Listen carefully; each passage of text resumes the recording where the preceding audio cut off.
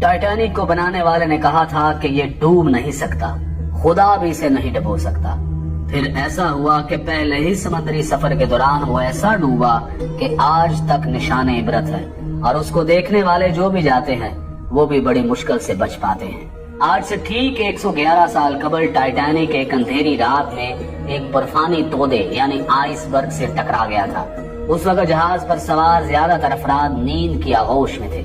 हादसे के वक्त टाइटैनिक 41 किलोमीटर फी घंटा की रफ्तार से इंग्लैंड के शहर साउथहैम्पटन से अमेरिका के शहर न्यूयॉर्क की तरफ जा रहा था, और सिर्फ 3 घंटे के अंदर 14 और 15 अप्रैल 1912 की दरमियानी रात टाइटैनिक बहरे ओकेयानूस में डूब गया। वो जहाज जिसके बारे में कहा जाता था कि वो कभी नहीं डूबेगा, न सिर्फ चंद घंटों में समंदर में गर्क हो गया, बल्कि इस हादसे में 1500 के करीब अफराद भी हलाक हुए। 111 साल बाद भी उसे सबसे बड़ा समंदरी हादसा समझा जाता है। सितंबर 1985 में इस जहाज की बाकियात को बहरा ओकेयानूस में जाए हादसे से हटा दिया गया था। हादसे के बाद ये बहरी जहाज कनाडा से 650 किलोमीटर के फासले पर 3843 मीटर की गहराई में 2 हिस्सों में बट गया, और दोनों हिस्से एक दूसरे से 800 मीटर के फासले पर पड़े थे। 111 साल गुजरने के बाद भी इस हादसे के बारे में मामले मौजूद हैं। माहिरीन की राय इसके बारे में क्या है, जानिए इस वीडियो में। इस बहरी जहाज के बारे में कहा जाता था कि ये डूब नहीं सकता, खुदा भी इसे नहीं डुबो सकता।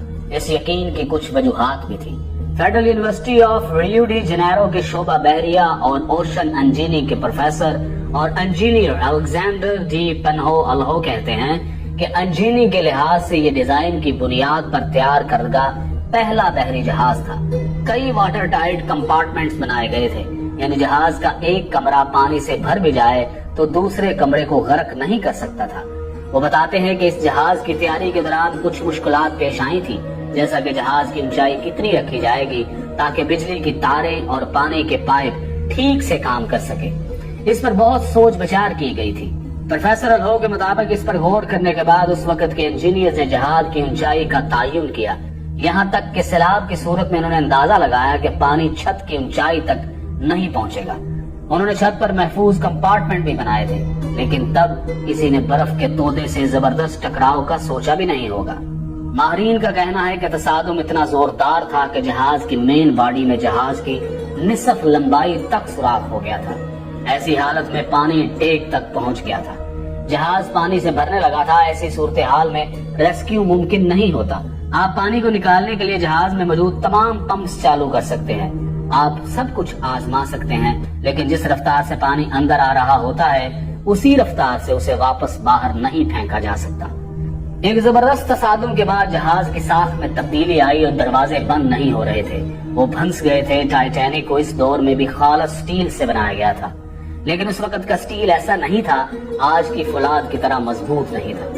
बड़े हादसों के बाद इसकी वजूहात में इंसानी गलतियां हमेशा पाई जाती हैं। माहिरीन के मुताबिक आइसबर्ग से भरे खित्तों से गुजरने में मुश्किलात के बावजूद इस पर सफर को तेजी से मुकम्मल करने का शदीद दबाव था।